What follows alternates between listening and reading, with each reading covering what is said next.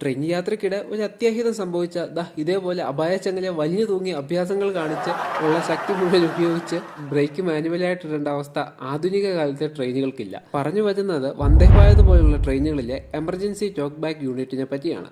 ഇവിടെ നമുക്കൊരു digital intercom ആണുള്ളത്. ഒരു അത്യാഹിതം സംഭവിച്ചാൽ ലോക്കോ പൈലറ്റുമായിട്ട് സംസാരിക്കാനുള്ള ഒരു സംവിധാനമാണിത്.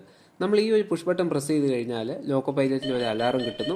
അപ്പോൾ അവരത് എടുക്കാൻ വില്ലിങ് ആണെങ്കിൽ, അവൈലബിൾ ആണെങ്കിൽ തിരിച്ചൊരു അക്നോളജ്മെന്റ് കൊടുക്കുന്നു. അപ്പോൾ ആ അക്നോളജ്മെന്റ് കിട്ടിക്കഴിഞ്ഞാൽ ഈ പച്ച ലൈറ്റ് കത്തും, നമുക്ക് സംസാരിക്കുകയും ചെയ്യാം.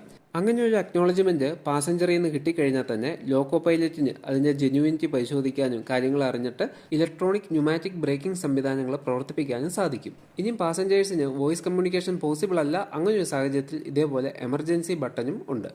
അപ്പോൾ ഇത് പണ്ടത്തെ പോലെ മാനുവലായിട്ടുള്ള ഒരു ബ്രേക്കിംഗ് സിസ്റ്റം അല്ല, ലോക്കോ പൈലറ്റ് ആണ് ബ്രേക്ക് ഇടുന്നത്. അതുപോലെ തന്നെ ഇതേപോലെ ഇൻസ്പെക്ഷൻ നടത്തി ഏത് ബോഗിയാണെന്ന് കണ്ടുപിടിക്കേണ്ട കാര്യമില്ല. ലോക്കോ പൈലറ്റിന് തന്നെ കൃത്യമായിട്ടുള്ള ഒരു ഇൻഡിക്കേഷൻ ഏത് ബോഗിയിലാണ് സംഭവിച്ചതെന്ന് അറിയാൻ പറ്റും. ഇവിടെ നിന്ന് തന്നെ റീസെറ്റ് ചെയ്ത് വിടാവുന്നതേ ഉള്ളൂ. ഇത് മാത്രമല്ല കേട്ടോ, നമ്മുടെ ഈ സ്ലൈഡിംഗ് ഡോർ എന്തെങ്കിലും കാരണവശാൽ ലോക്കായി ജാമായി പോയി കഴിഞ്ഞാൽ എമർജൻസിയിൽ ഇതേപോലെ പ്രസ് ചെയ്ത് റിലീസ് ചെയ്യാനുള്ള സംവിധാനം വന്ദേ ഭാരതിലുണ്ട്. അപ്പോൾ എല്ലാ സിസ്റ്റത്തിനും ഇതേപോലെയുള്ള ഒരു സ്റ്റാൻഡ് ബൈ ആയിട്ട് എമർജൻസി സിസ്റ്റം നമുക്ക് കൊടുത്തേക്കുന്നത് കാണാൻ സാധിക്കും.